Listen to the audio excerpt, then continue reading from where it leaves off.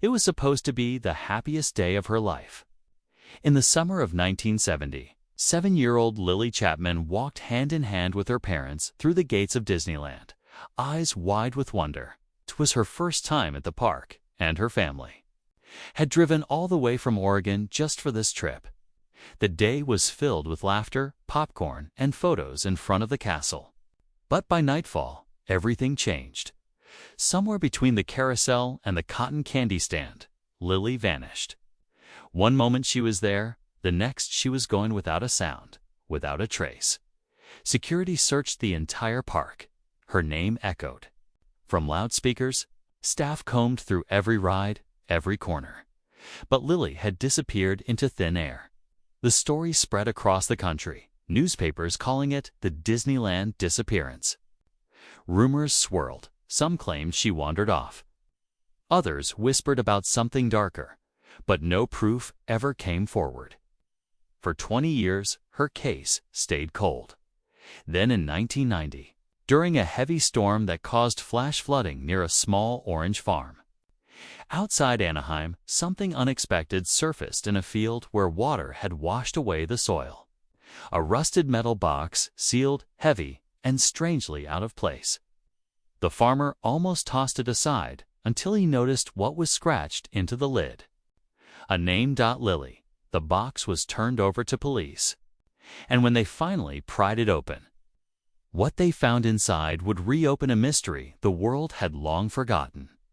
Inside, metal box were items that hadn't seen daylight in 2 decades. Faded photos, a child's small shoe, and a red ribbon that looked eerily similar to the one Lily had been wearing the day she disappeared.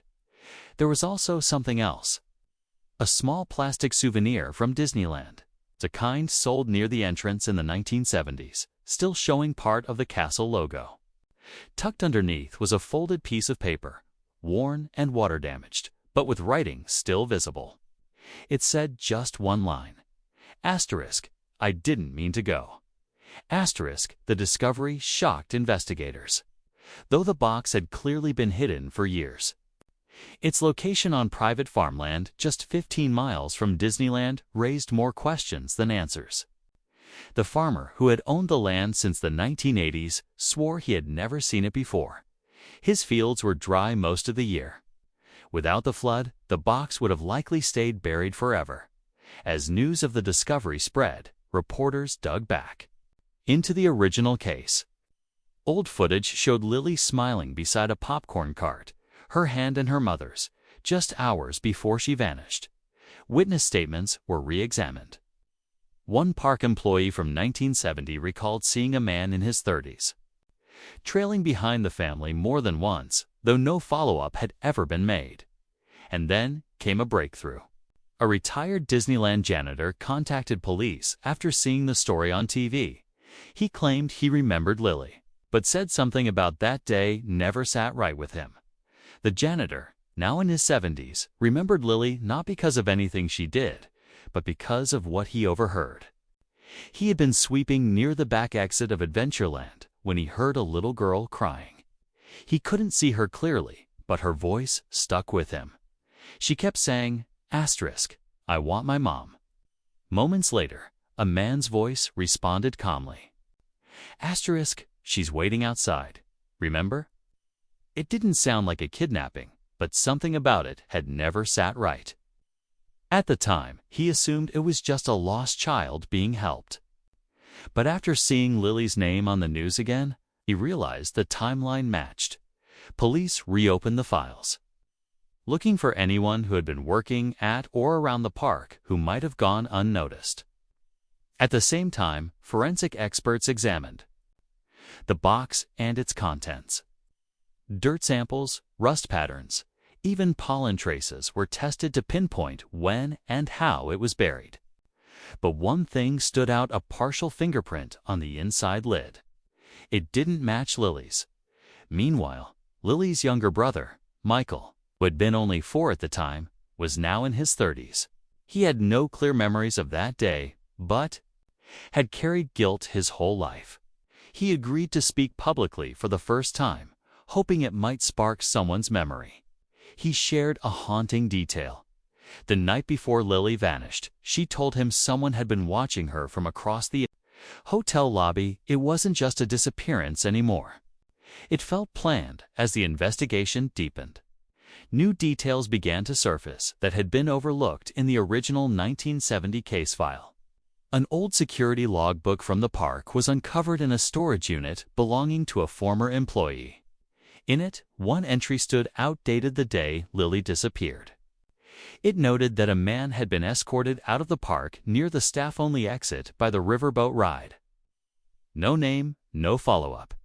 Just a quick note. * trespassing near maintenance gate. Escorted off premises. The time? Just minutes after Lily was last seen. Investigators began cross-referencing park staff records with known visitors from that weekend. A grainy photo from a disposable camera taken by another guest showed a man in a dark jacket walking several paces behind Lily's family, near the haunted mansion. Facial recognition couldn't confirm identity, but it was enough to narrow the list of possible suspects. Meanwhile, Michael received a letter in the mail. No return address. Inside was a single Polaroid, weathered, faded, and clearly old. It showed a young girl sitting on a metal chair in a dimly lit room, holding what looked like a Disneyland souvenir in her lap. On the back, someone had written, *, she was here. * DNA results came back on the fingerprint found in the metal box. It matched a man who had once worked construction near the park in the early 70s, but he had vanished 2 years later. Without a trace, something bigger was hiding beneath the surface. And it was about to break open, just as investigators began focusing on the missing construction worker. Another lead came from an unexpected source. A retired nurse from a psychiatric facility just outside Los Angeles saw the story on the local news and called the tip line. Her voice trembled as she explained that, in the early 80s, a young woman had been brought into the hospital under a false name. She had no ID, spoke very little, and would only repeat fragments of sentences most often. Disney, Castle, and the man with the black hat.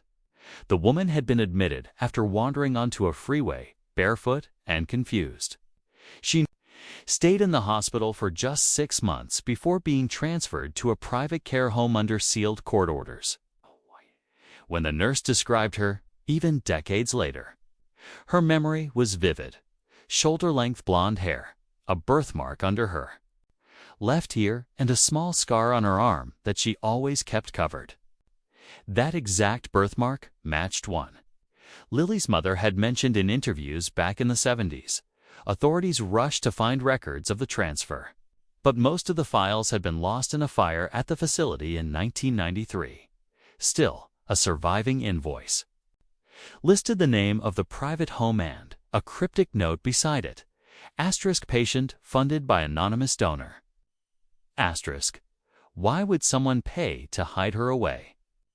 And if it really was Lily, how had she ended up there miles from Disneyland and with no memory of who she was? The pieces weren't just EIR, they were starting to connect. Investigators tracked down the private care facility listed in the old invoice. It had changed hands several times, but an archived patient log still existed in storage. Inside, under the alias Jane D., was a file that included a black and white photo of the woman. Admitted in 1983, the image was grainy, but unmistakably looked just like Lily Chapman, only older, with the same wide eyes and gentle expression. DNA was quickly ordered and compared with a sample provided by her brother, Michael. The results were undeniable. After 2 decades, Lily had been found. She had survived, but the trauma had fractured her memory so deeply that she couldn't recall her name, her family, or even what happened at Disneyland that day. She had lived quietly in a secure facility, her identity buried both by time and a system that had failed to connect the dots. But the story didn't end there. The final twist came when investigators looked into the anonymous donor who had paid for Lily's care all those years, tracing financial records through old banking archives. They found a single name tied to the transactions: Raymond Price. He was the same man escorted out of Disneyland on the day Lily vanished, the man from the security logbook. Raymond had died in 2005. Never arrested, never questioned. His connection to Lily remained a haunting mystery. Whether he had harmed her or rescued her, no one could say for sure. But one thing was certain: Lily had never been truly lost. She had just been hidden in the months that followed the DNA confirmation. Lily was slowly reintroduced to the family she had lost. Her brother Michael visited her regularly, bringing old photo albums, childhood songs, and soft reminders of who she once was, though her memories never fully returned. There were flickers, moments when a picture or voice brought tears to her eyes, even if she couldn't explain why. Her mother, who had passed away years earlier, had never stopped hoping. She had kept Lily's room untouched for years, believing in her heart that one day her daughter would come home. Investigators officially closed the case, listing Lily as a recovered missing person. But the question of Raymond Price's true role was left open. Some believed he had taken Lily and later felt remorse, quietly ensuring she was cared for. Others suspected he may have played a more sinister part before hiding her away to silence the past. The rusted metal box found after the flood had sparked everything, a buried reminder that secrets, no matter how deeply hidden, can eventually surface. What started as a Disneyland disappearance became a decades-long mystery that showed how trauma,